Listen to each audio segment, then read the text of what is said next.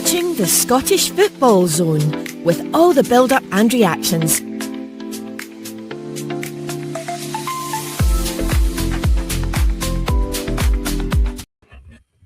And we're back. Welcome back to the Scottish Football Zone, and the big night of football has just finished.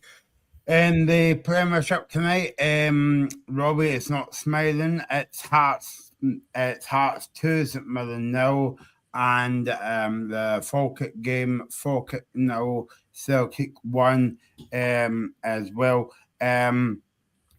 We'll touch up on both of these games as well, and if you want to comment, you can do so as well. We're on Facebook, X, Instagram, and Twitter. Twitter is X. Right enough. Okay, I'm getting old. I can't remember what I'm saying, guys. But anyway, so you get my drift, right? Well, everywhere, right? You can watch this, and you can like and subscribe the show as well. That would be good. Joined tonight by Robbie, Ethan, looking back at the games.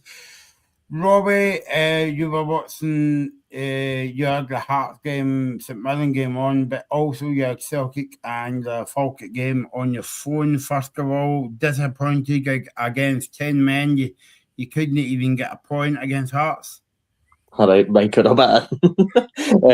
No, you missed a good opportunity there to say we're joined by Robbie Rants, because I feel like going on one, but no, but it was. I don't want to be too harsh on the squad, but it was embarrassing. I'd say we just didn't look great. I mean, we played like 85 minutes with a man up, and we didn't look any better, to be honest. There's real problems all over the pitch now. I keep seeing people online talk about how poor Mandron is and how poor we are attacking wise. We're just as bad defensively, and I would probably when I told you that a couple of months ago.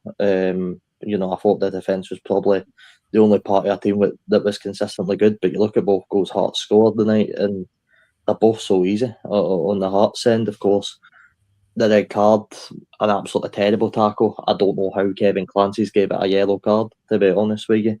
I don't even know how it's had to go to VAR. It's, again, a shambolic decision that rightly so gets reverted. And I actually think Beningame should serve a further punishment, to be honest with you, for a tackle like that. It's absolutely horrific. And one of the worst tackles I've personally seen, to be honest. But aye, Mike, I could use any word in the dictionary, toothless, spineless, name any of them, and it probably suits what we went through tonight.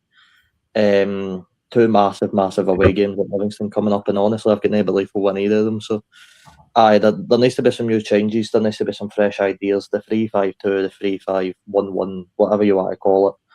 The system doesn't work anymore. Teams have picked out how to counter it, teams have picked out how to beat us.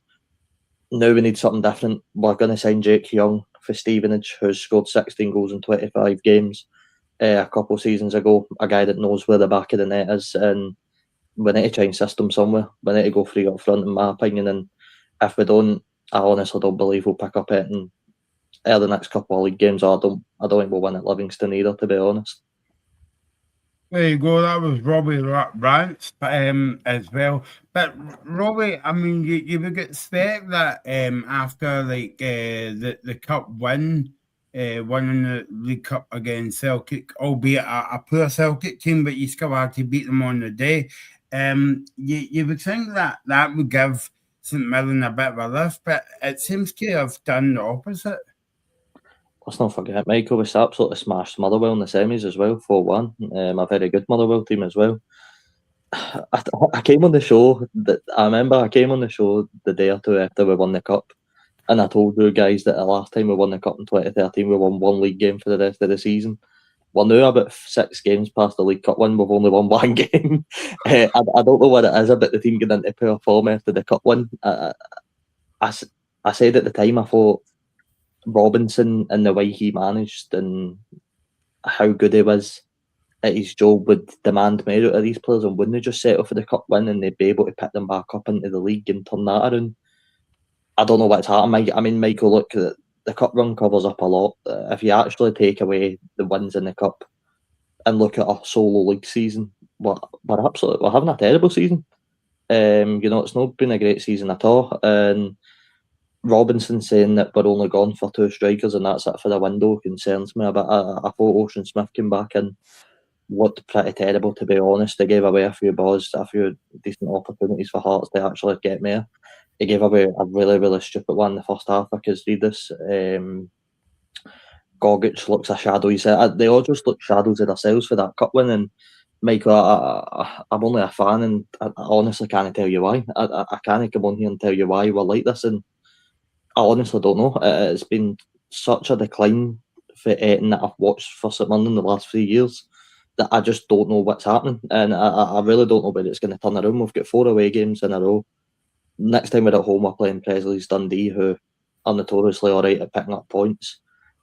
I honestly don't see where this run ends, and that's quite worrying, to be honest with you. And I'm getting people already saying, "Oh, every team goes in bad runs of form. Celtic have done it, Rangers have done it.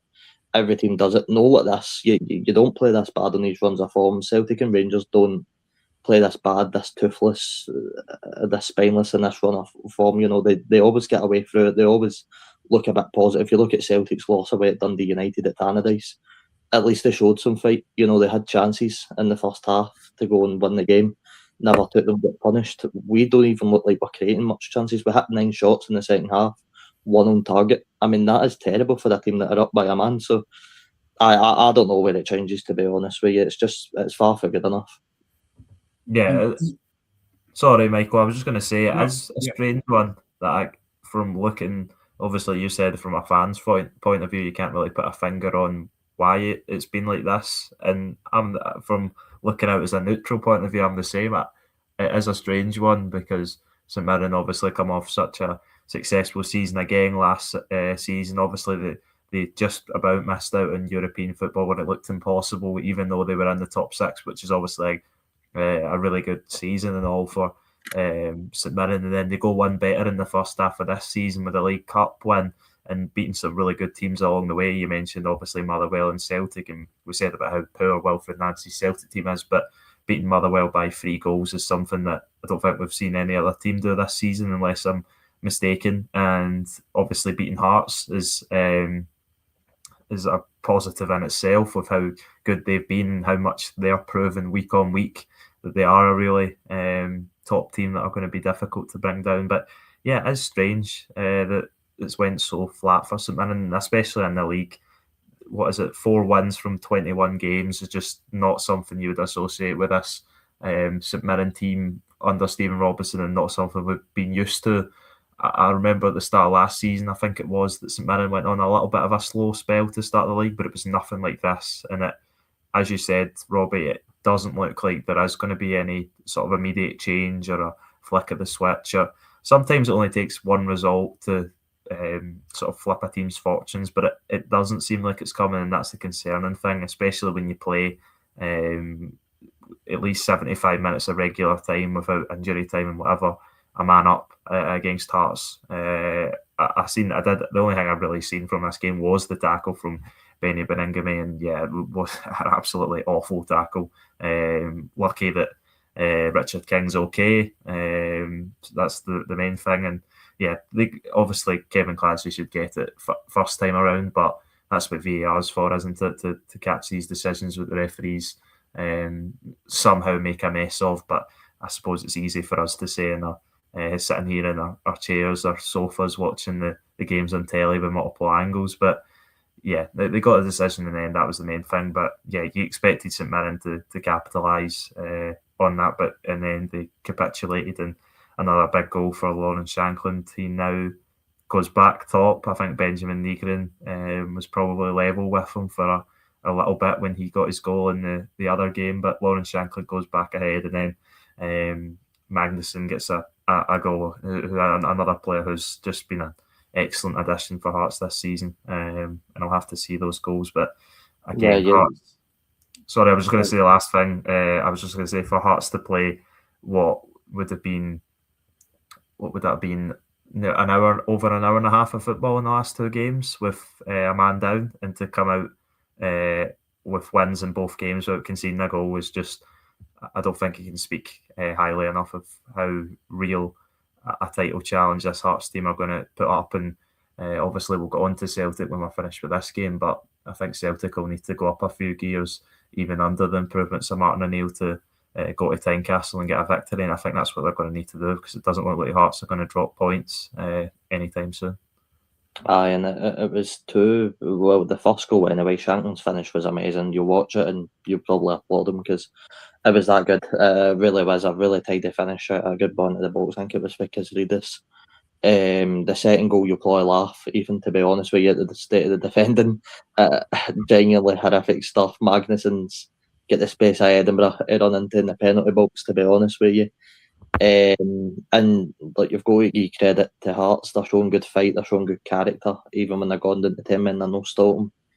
And they're finding ways to win games, and that's what you need to do. And look, when you're pointing earlier about the sort of run of form, Robinson said 2 years ago, after the first season was done, we were heading into a summer transfer window, making signings, getting people signed up permanently. And I remember Robinson saying a quote that every 3 years, either the manager needs to change or the group of players need to change, because it becomes stagnant at a football club if you keep these players on for too long.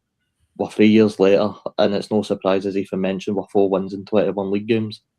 And obviously, you factor in the cup, and I suppose that obviously plays a factor into it. And of course, I'm still super happy with the way the seasons went in that regard.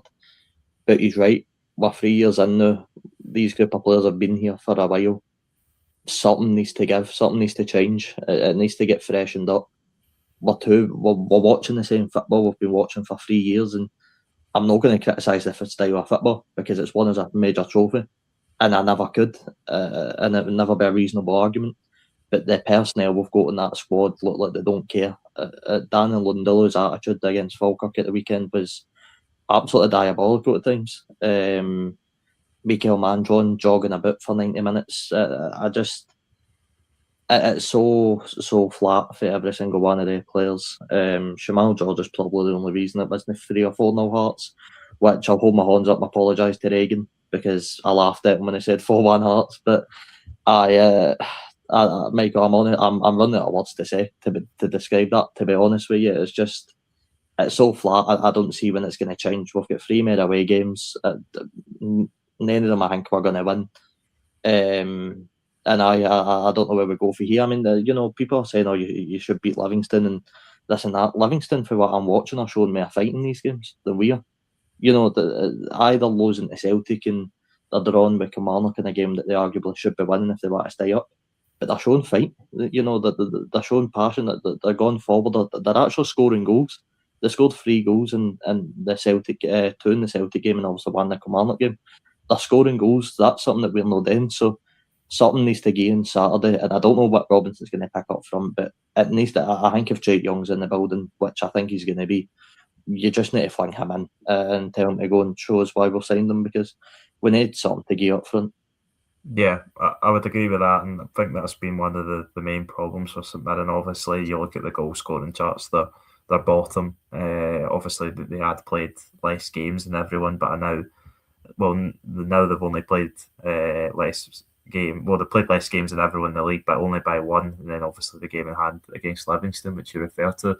And yeah, you speak about you're sorry to Reagan for laughing at his prediction earlier, and that was with Hearts playing with 10 men. So you worry what the score would have been had they been playing with 11. And I know it doesn't always work like that, but yeah, really worrying for St Mirren. And I don't know if this maybe plays into it, but I don't even know if you could use that as an excuse, the Stephen Robinson being linked to Aberdeen, because if we're being honest, and I think you are, Robbie, that this has been a problem throughout St Mirren's league season, not just the last few weeks. Obviously, the pressure mounts because there isn't a League Cup run to fall back on at the minute, and of course the season will be remembered regardless of what happens, but you don't want to be part of that famous, I think, trade-off that some fans have been asked before in Scottish football. Would you take a cup if it meant you get relegated and stuff like that? Because I don't think we're getting to those realms yet, but if Kilmarnock and Livingston can pick up points at a better rate than St Mirren, which they have done over the last two, with the last match, obviously they got a draw against each other, and if Livingston beat St Mirren in that game in hand, and you never know. But yeah, I think St Mirren I feel like they'll turn it around. I don't know, but I can understand there's not really any signs at the minute to suggest that. But yeah, it is really worrying times for St Mirren, and they are falling further and further adrift. The only positive of tonight, maybe if you could take a positive, is that Falkirk didn't pick up any points, and the distance to sixth place is still the same. But yeah, that's me really picking at straws there. I think top six is probably the least of my worries, to be honest. Right there, I'm sure it's probably the least of Robinson's as well. I think he's probably solely focused on trying to keep this group up. But it's interesting you mentioned the Aberdeen job, because I was reading an article earlier by Scott Burns, who very well reliably sourced with St Mirren and the rest of it in Scottish football, and he posted that Aberdeen were getting into the final candidates. Robinson's name was still getting swirled around Pittodrie. Apparently the board are quite in favour of Robinson. They quite enjoy the work he's done. Obviously, there's still a lot of stuff that would need to happen for him to get the job. But he'd need to want to go first. But I don't think that does play a part in it. But you just never know. And the players aren't blind to it. The thing is as well, the players aren't blind to the criticism. They'll see what the fans are saying about them week in, week out. You hear it enough on when you're at the games. So I can only imagine what the players are seeing. But it's just it is baffling, and it's no surprising. I'm no on here saying our attacking troubles is we don't have a 20-goal a season striker, because it's unrealistic. St Mirren are never getting a 20-goal a season striker. If I had a 20-goal a season striker, when they be here for more than 6 months, so I'm not asking for that. But we need somebody that can hit the target when we need it. You look at your Dundees, Simon Murray. You look at your Motherwells, Elijah Just, Tawanda Maswinishi.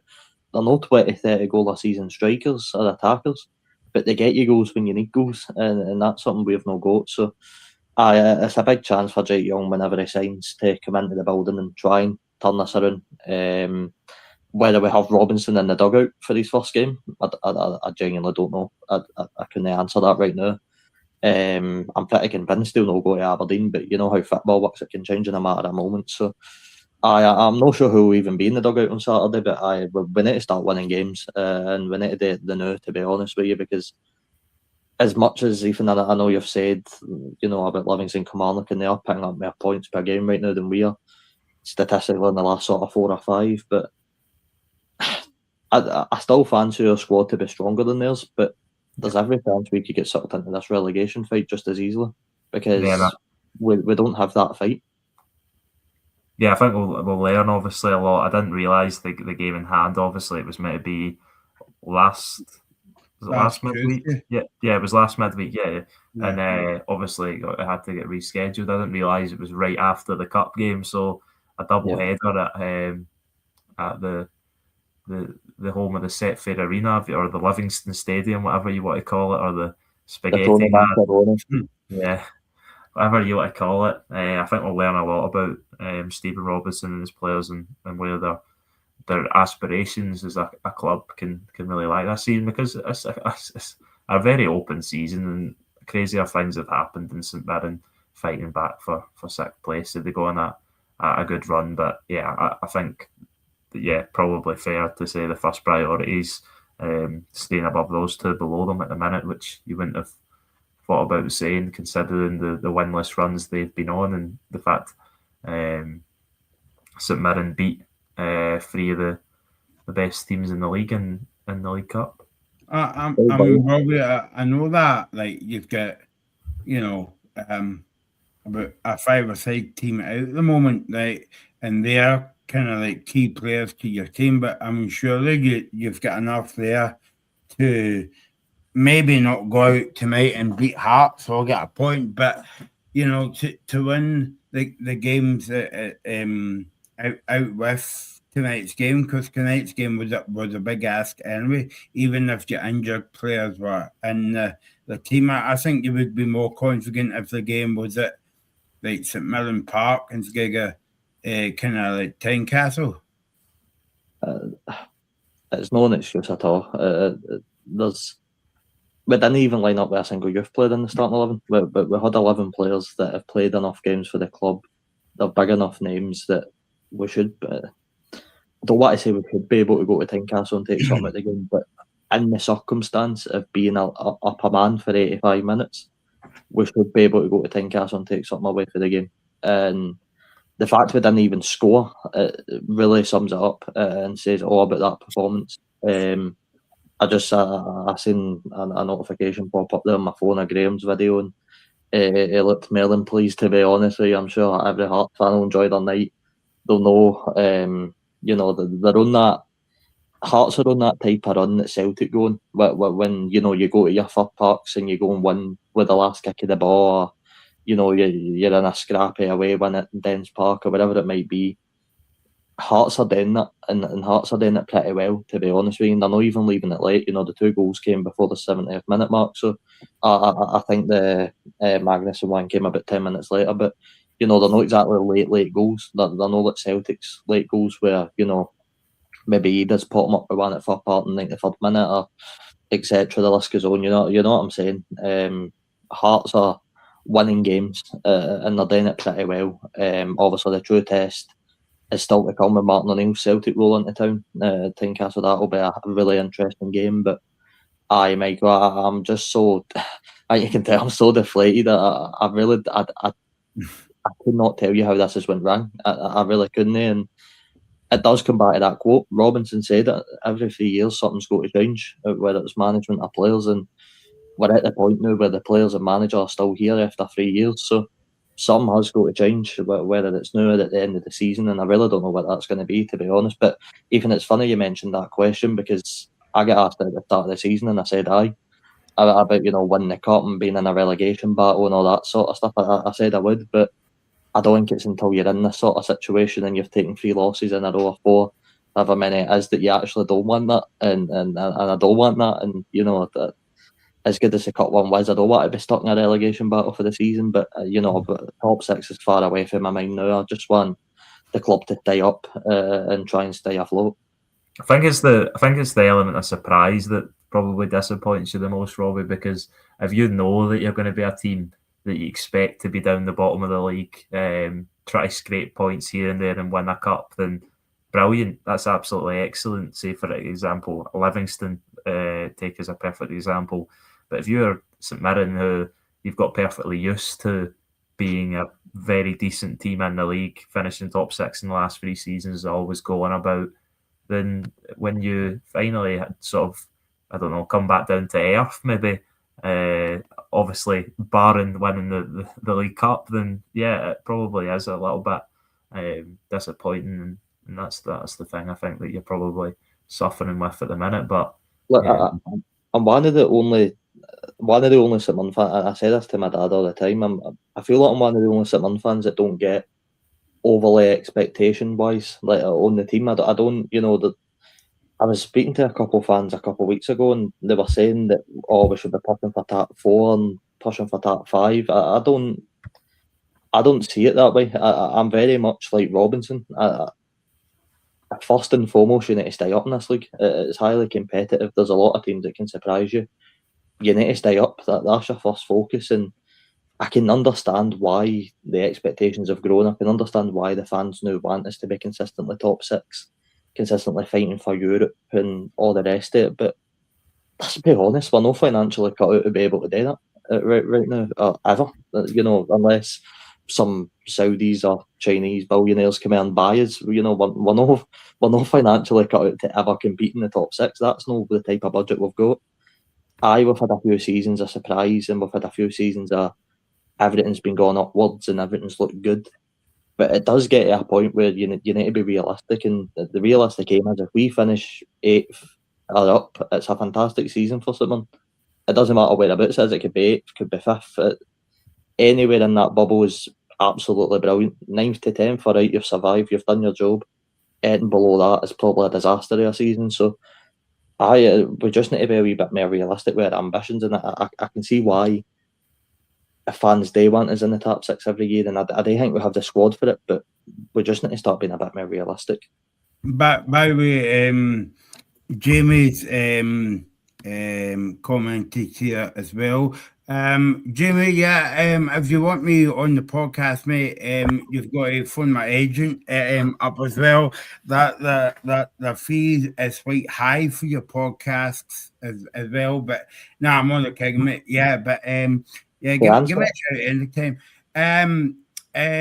Robbie, I kind of said to you a few, well, not a few seasons ago. Last season, St Mirren was like punching above the weight in terms of like the financial status, and Robertson got used into Europe twice, got used into the top six a few times as well. And I mean, you've got to take I think you've got to take the good times with the bad times as well.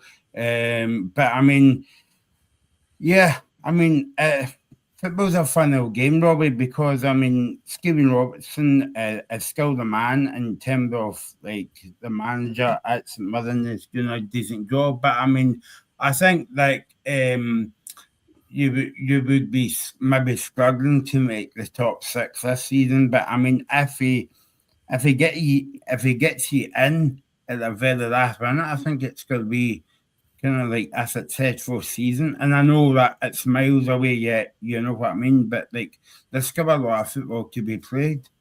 If Stephen Robinson gets us in the top six this season, I'll personally build him the statue myself, to be honest with you, because we're not going to get in the top six. I don't believe we are.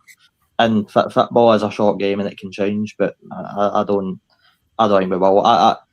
I personally don't think, and I said this even during the cup run. I said it after the Motherwell game just before the final. I said if we win this, I don't think Robinson's even going to be here at the end of the season. To be honest, I think he will get poached. And to answer Jamie's question, I don't. Robinson after the Falkirk game, and I've not watched his press conference after the Hearts game, but he looks as bewildered as every fan does, and there was a lot of confused looking faces leaving that stadium last week. Last Saturday, sorry. I don't even think he knows what's going on. And the problem is as good a manager as you can be, and as high disciplined as you can be, and all the rest of it, if your team's going through a bad rut, there is nothing you can do about it. Pep Guardiola has recently experienced that with Man City. His team were going through a patch of run form. There's nothing you can do about it. And Robinson, I'm sure, will be giving the players every bit of criticism they deserve. I'm sure he takes accountability. He always does in his press conferences. He always says, he's got to take a look at what he's doing, and he does. But they players, for me, are the biggest reason why that this isn't working right now, and that's the problem, Michael. We don't have the budget of Man City. Man City can sub a Phil Foden or Jeremy Doku or Semenyo or whoever else if it's not working. But Man City don't rely on Evan Minnie and Fraser Taylor and Malik Dyke-Steele, and then you've really got nobody if that doesn't work. And these players are proven right now that they're not good enough to compete. So we don't have the option to do that. We need to stick with what we've got. And right now, what we've got isn't working, and we're just going to stick with it and hope it works. And I'm sure we will turn at some point. I'm still convinced that the form will change and we will win games. When, I really don't know. And if we have Robinson in the dugout, I also don't know, to be honest.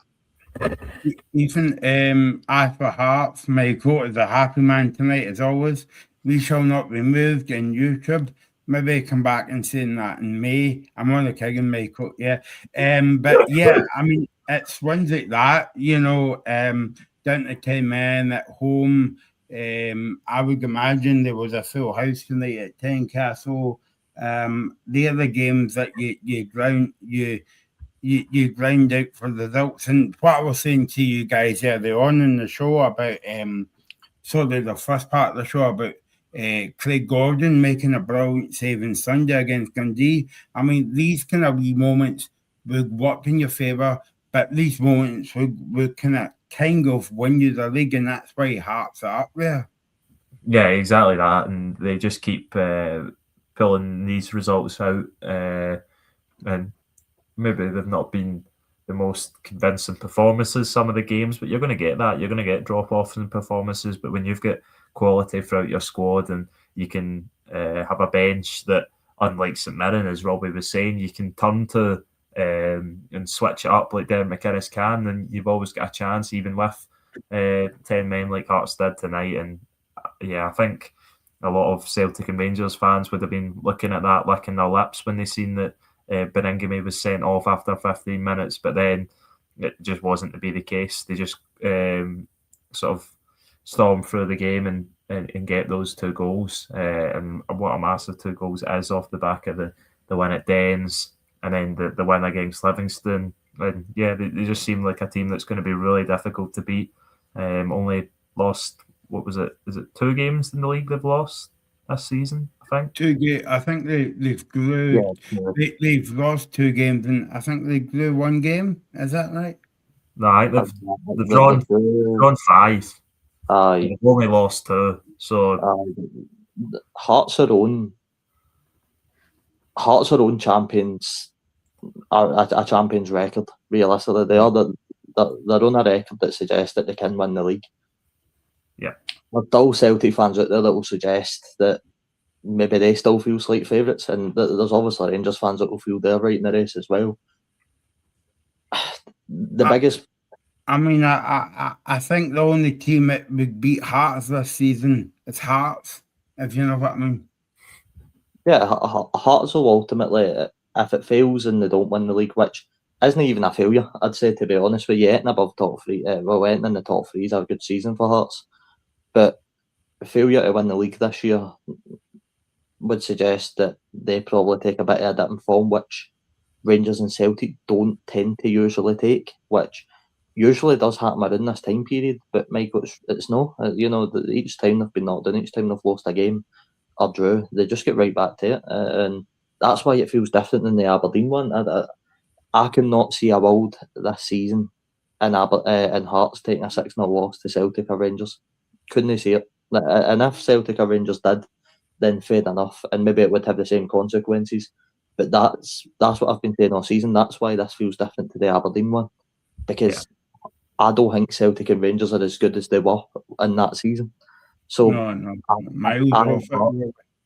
Hearts have every chance right now to win this league, and they're showing the recruitment signs that they want to go into it, and they're building into next season as well.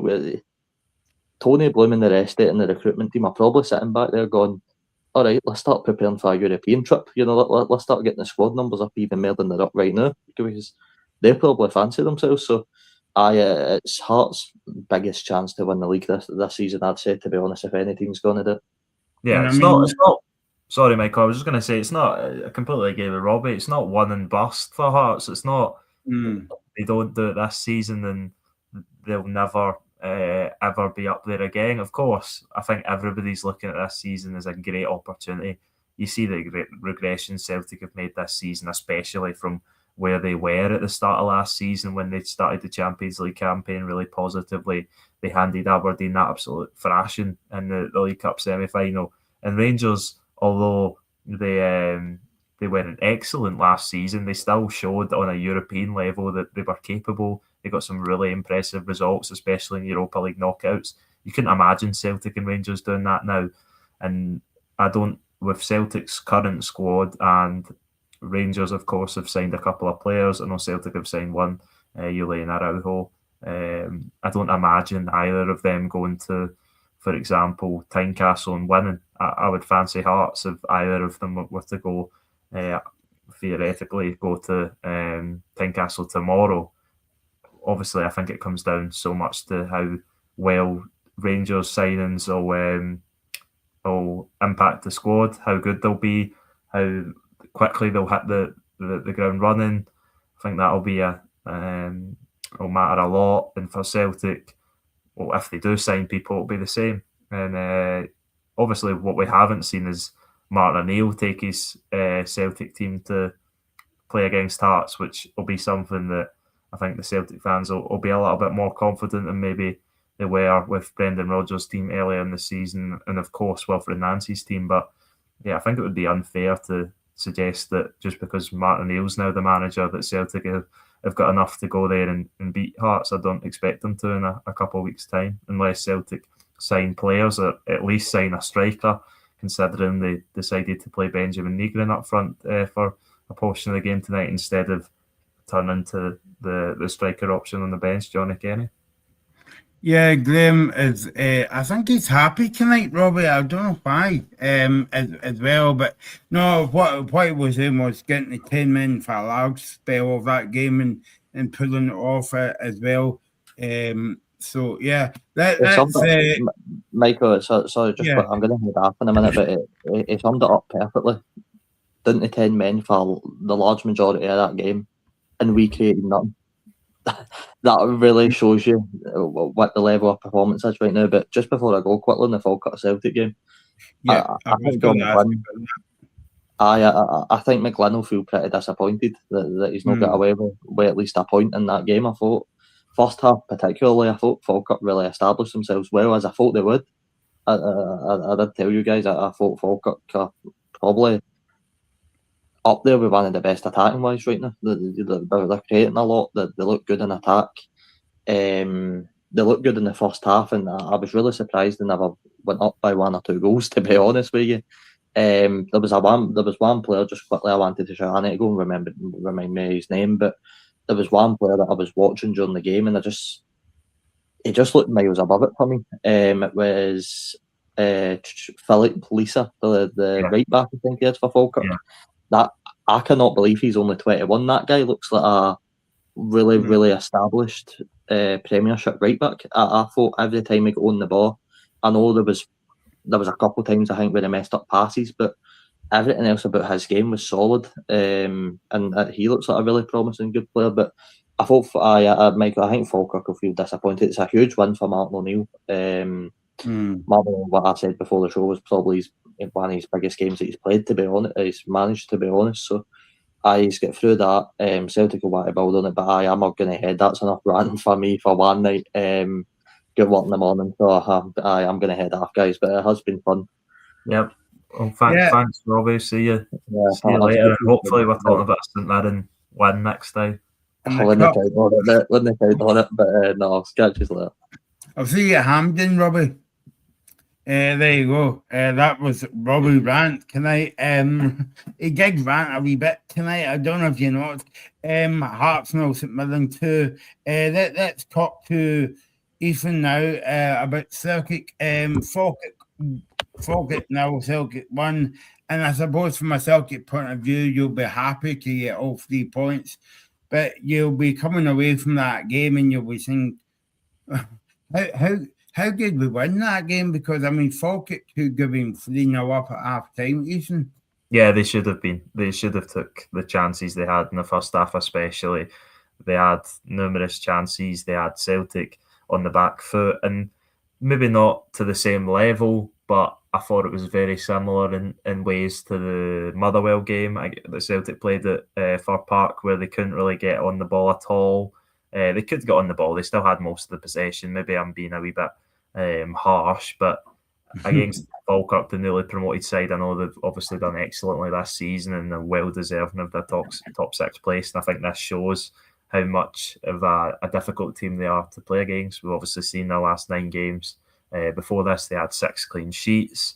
So yeah, they're a really good team mixed with the experience, but a lot of youth players who have either come on loan from down south or that John McGlynn's brought up with him throughout the leagues. And someone that Robbie highlighted there, Philip Lisa, on loan from Swansea, the right back. I think he's been one of the best right backs in the league this season. And for a 21-year-old, he is very solid. He had the most tackles in the match, 7. And I thought he was excellent. I know he got a lot of help from Kyrell Wilson, the man in front of him, the winger who's also on loan from Swansea. Yeah, also on loan from Swansea. To double up on Sebastian Tenetke, which was very effective. I thought Tenetke was very poor tonight. I thought he was better in the second half, but he couldn't really get in the game. He was excellent against Dundee United, one of his best performances, and he would have been coming out in the game high in confidence, but Lisa quickly shut him down and didn't really allow him to get into his groove in the game, and I thought he was excellent. I thought McCann on the other side, Leo McCann, the left back, I thought he was excellent. He got up and down and was really solid and kept Yang fairly quiet as well. But I thought Falkirk, to a man, pretty much, especially in that first half, were absolutely excellent. And really didn't deserve to be going in at half-time 1-0 down to that Benjamin Negrin goal, which was Celtic's probably only chance of the game. Bit of a good ball from Arnie Engels from the corner. I thought it was Liam Scales that had headed it in, because it certainly looked like that. You'd imagine that the big centre-half, but it did hit off the head of Benjamin Negrin for his 10th goal in the league of the season, to briefly go joint top before Shanklin, with Shanklin and Maswinise before Shanklin got that goal at Tynecastle. And yeah, I think that's why Benjamin Negrin probably earns his spot in the starting 11 ahead of Ray Otati at the moment, because he's finding the back of the net on a very consistent basis compared to the rest of his teammates. By far the top scorer at Celtic this season. And I think I mentioned it earlier, but the fact that in the second half, when Martin Neil turns to his bench, that he thinks that putting him up front's the best option for Celtic probably shows how much of in need they are of a new striker. Johnny Kerry comes on and doesn't really affect the match much. I think probably the best player for Celtic was maybe Kasper Schmeichel. He kept obviously a clean sheet back-to-back, 2 in 2 games under Martin O'Neill compared to 0 and 8 under Wilfred Nancy. And I think unless I'll have to I'll go and look back, but I think Celtic have kept a ridiculous amount of clean sheets under Martin O'Neill.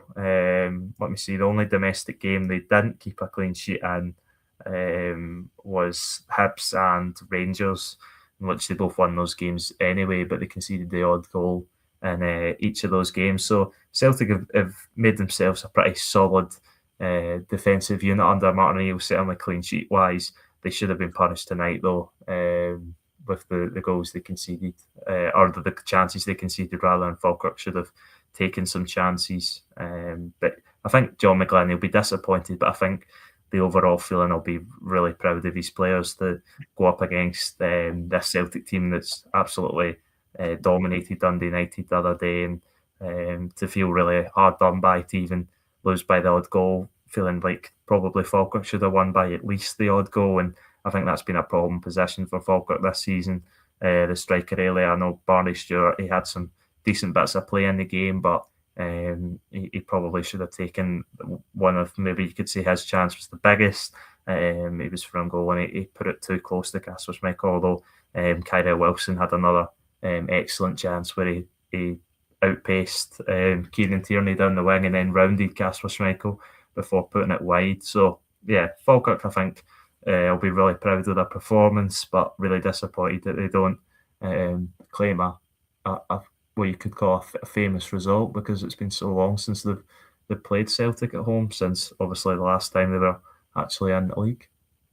Yeah, it's funny that you mentioned Dundee United, Ethan, because even though Celtic dominated that game for Scottish fans, it was the opposite tonight, because obviously Celtic got the win, a big win for them, but I mean, Falkirk would give feel hard undone done by. But I mean, I think Celtic got the goal in the right time, like 2 minutes before half time, and you're thinking, well, okay, maybe Celtic will go on at half time, regroup, and come out in the second half and play a bit better. But really, it was really the same as a kind of like first half, you know. And I mean, as I said, I mean, Falkirk, I mean, if they took the chances, we might be on here talking about a 3-0 or 4-0 win for Falkirk tonight. Yeah, certainly. I mean, the chances in the first half you've got to take against any team, never mind when you're playing against the champions. And I know Celtic haven't been, they've been really poor recently before Martin O'Neill obviously returned, but they're not going to be a team that's going to consistently give up too many chances. The second half, I think they tightened up a wee bit, Celtic, and they were a little bit better in the game without creating much themselves. But yeah, it was a game devoid of much from a Celtic perspective, and apart from that goal, I think the Celtic fans will be really happy to go there, because I think we spoke about it. This was very easily a potential banana skin for Martin O'Neill, and he gets through it again, and that's what he keeps doing, like we've seen with Danny Rowe this season.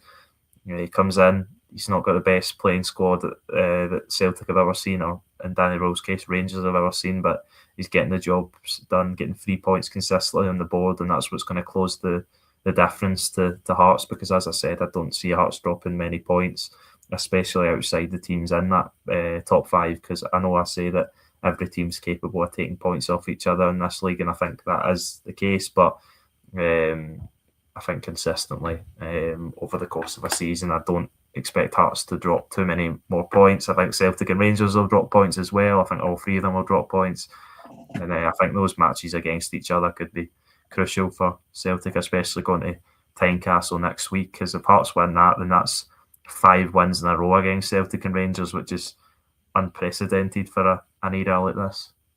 Yeah, you've never heard of that before, but also Hearts has got a small amount of Edinburgh Derby, and albeit as a Tynecastle, we all know what has done to Hearts the last time as well. But I mean, obviously when we do the shows, even where like that, well, Celtic had a few standout men tonight, but I mean, I couldn't really pick one. Maybe like Schmeichel, but I mean, Falkirk, they had about 3 or 4 players outstanding tonight: McCann, Wilson, Miller, Stewart, Yates, all over the park. They were good, and Scott Bain must have thought, well, this is the most quietest game I've had in my time at Falkirk. And by the way, I was actually thinking this as well.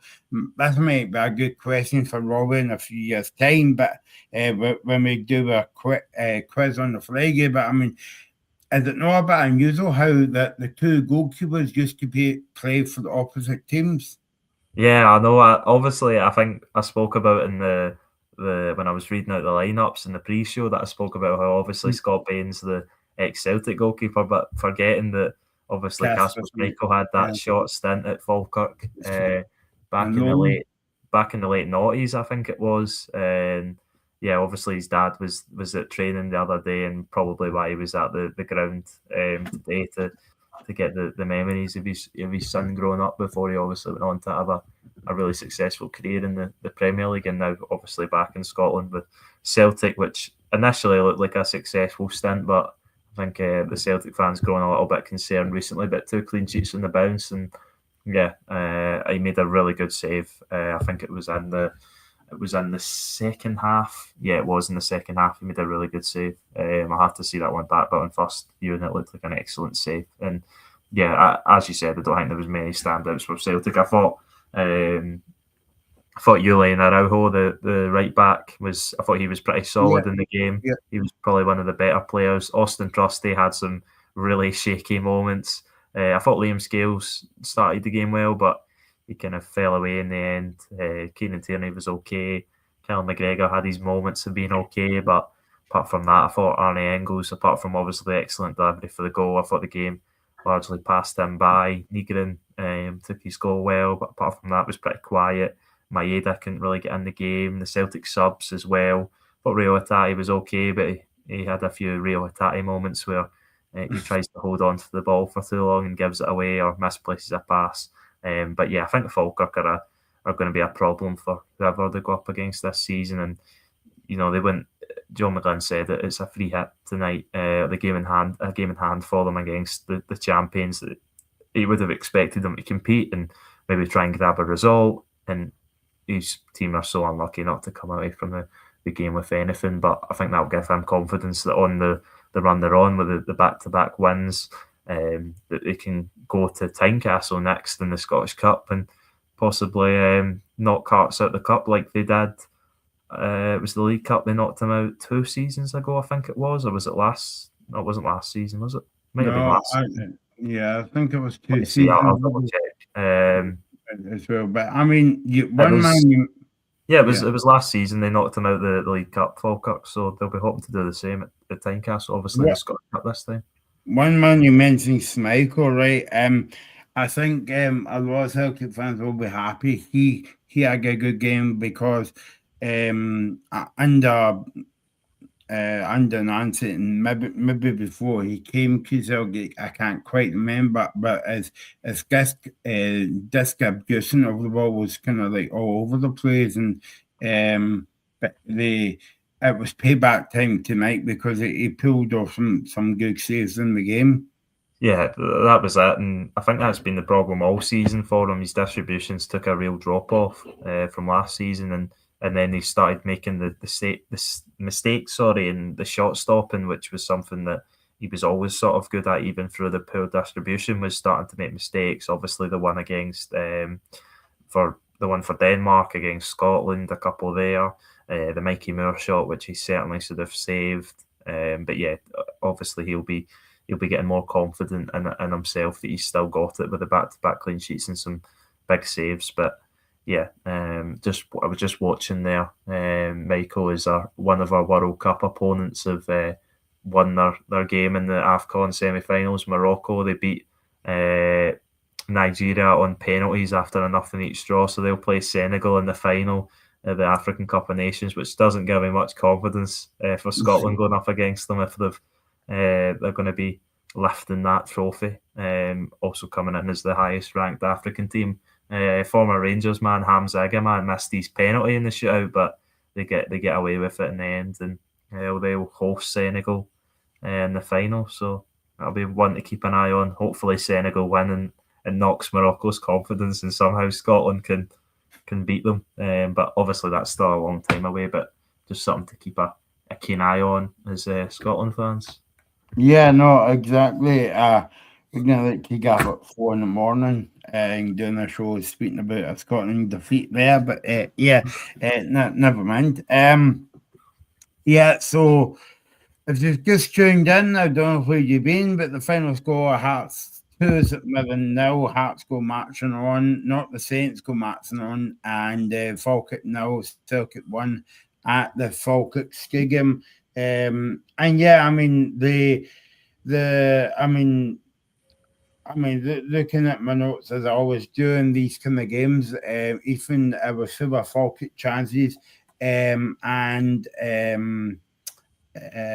Celtic had one shot, and that was a goal by Miglin. I can't remember any more chances in that first half. The second half, Celtic got a goal. It was chalked off by VAR. I take it you don't have any real complaints about that. What one was that? Sorry, The Maida goal at the beginning of the second half. Oh yeah. I remember it now. Yeah, no complaints. That one was offside. I knew that straight away because he was in the Falkirk goal, wasn't he? So yeah, I knew straight away he was offside with that one. Yeah, I was still eating. I was still eating my pie at that point in the game, but Pie. Second half, it wasn't as good as the first half in terms of I think Falkirk was still a better team, but I think they were a bit shell shocked by losing that goal right on half time. But I mean, they still had good chances in the second half. But yeah, I mean, I think if you spoke to Martin O'Neill after the game, he'll be just happy to get back on that bus to go back to Celtic Park with all 3 points, and now the Scottish Cup on Sunday night against Auchinleck. Yeah, exactly. That's it.